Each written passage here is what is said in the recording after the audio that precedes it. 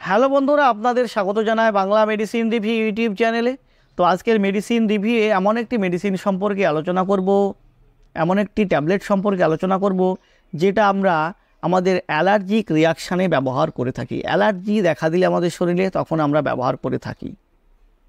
আজকে জানবো তার সঠিক ব্যবহার সম্পর্কে, তার সঠিক ডোজ সম্পর্কে, কি কি সাইড ইফেক্ট দেখা যায় এই ট্যাবলেটটি থেকে, এবং এই ট্যাবলেটটি আমাদের শরীরে কিভাবে কাজ করে, অর্থাৎ এর মোড অফ অ্যাকশান সম্পর্কে বিস্তারিত আলোচনা করব।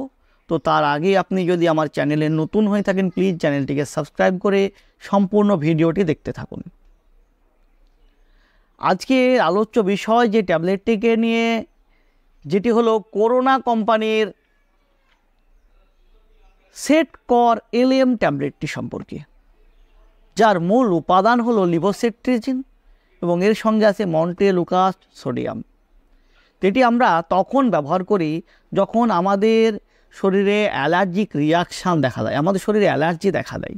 যেমন নাক দিয়ে জল ঝরা, হাঁচি, কাশি, গলা খুসখুস করা, চোখ লাল হওয়া, স্কিনে র্যাশেস বের হওয়া। এছাড়াও যদি কোনো স্কিন ডিজিজ, অর্থাৎ বিভিন্ন রকম স্কিন ডিজিজ দেখা দেয়, সেই স্কিন ডিজিজের ক্ষেত্রেও ডাক্তাররা এই ট্যাবলেটটিকে প্রেসক্রাইব করে থাকেন। এছাড়াও আমাদের ব্লাডে অ্যালার্জির মাত্রাকে কমাতে আমরা এই ট্যাবলেটটিকে ব্যবহার করে থাকি। আরেকটি কন্ডিশনে এই ট্যাবলেটটিকে ব্যবহার করা হয়ে থাকে যদি কোনো ব্যক্তির অ্যালার্জিক রিয়াকশানে, অ্যালার্জির কারণে তাদের অ্যাজমা দেখা দেয়, শ্বাসকষ্ট দেখা দেয়, আমাদের যে এয়ারওয়েজ, আমাদের যে শ্বাসনালী, সেই শ্বাসনালী ফুলে যায়, সেজন্যও এই ট্যাবলেটটিকে ব্যবহার করা যেতে পারে। তো এতে থাকা যে লিভোসেট্রিজিন, সেটি কিভাবে কাজ করে আমাদের শরীরে, এর মোড অফ অ্যাকশন কী?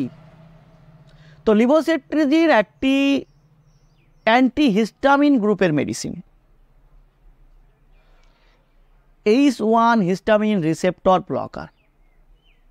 তো আমাদের শরীরে থাকা মাস্ট সেল, যার মধ্যে ইনফ্লামেটরি মিডিয়েটর রূপে হিস্টামিন থাকে বাইন্ডিং অবস্থায়, তো যখন কোনো অ্যালার্জেনের কারণে সেই বাইন্ড ডিস্ট্রয় হয়ে হিস্টামিন বাইরে বেরিয়ে আসে এবং তার রিসেপ্টরের সঙ্গে মিলিত হয়ে অ্যালার্জি কজ করায়,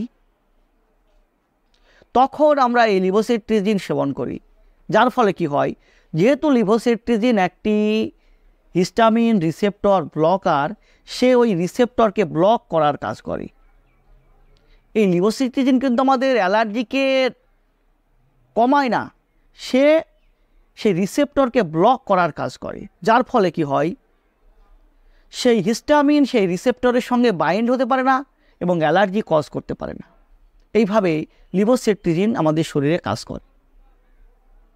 তাছাড়া এতে থাকা যে মন্টেলুকাস সোডিয়াম, যেটা একটি লিউকোট্রাইন রিসেপ্টর ব্লকার, এই লিউকোট্রাইন রিসেপ্টরকে ব্লক করে, যার ফলে যে লিউকোট্রাইন মেসেঞ্জার, সেই মেসেঞ্জারকেও ব্লক করে।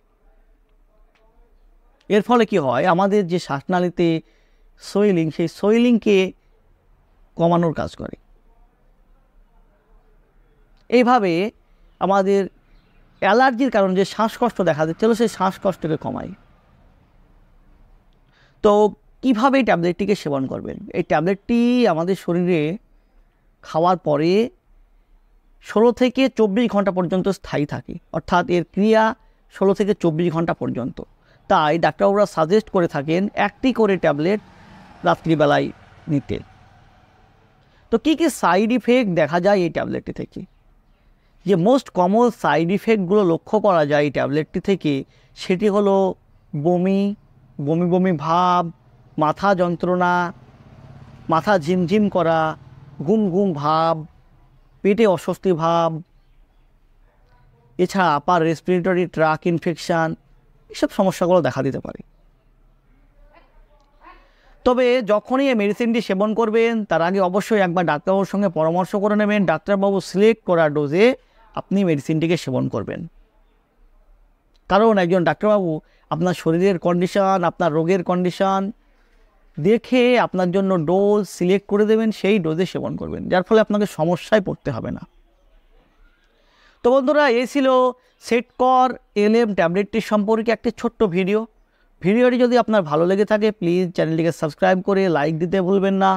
সুস্থ থাকবেন, ভালো থাকবেন, আবারও দেখা হবে অন্য কোনো ভিডিওতে। ধন্যবাদ।